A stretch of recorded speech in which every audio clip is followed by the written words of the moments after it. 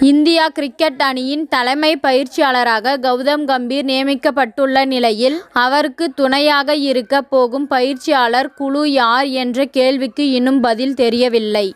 தமக்கு தேவையான பயிற்சியாளர்களை தாமே நியமித்துக் கொள்ள அனுமதி தர வேண்டும் என்று கம்பீர் கூறியிருந்தார். அதன்படி தமக்கு யார் வேண்டும் என்று ஒரு விருப்ப பட்டியலையும் கம்பீர் வழங்கினார். இதில் பந்து வீச்சும் பயிற்சியாளராக வினய் குமார் வேண்டும் என்று கம்பீர் கூறியிருந்ததை BCCI ஏற்கவில்லை. வினய் குமாருக்கே ஒரு பயிற்சியாளர் தேவைப்படும் நிலையில், வினய் குமார் பயிற்சியாளராக கொண்டு வருவது தேவையற்றது என்று பலரும் கிண்டல் அடித்து வந்தனர். பாகிஸ்தான் அணியின் முன்னாள் வேகப்பந்து வீச்சு பயிற்சியாளரும் தென்னாப்பிரிக்கா கிரிக்கெட் வீரருமான மார்னே மார்கல் பயிற்சியாளராக சேர்க்க வேண்டும் என்று கம்பீர் கோரிக்கை விடுத்திருந்தார்.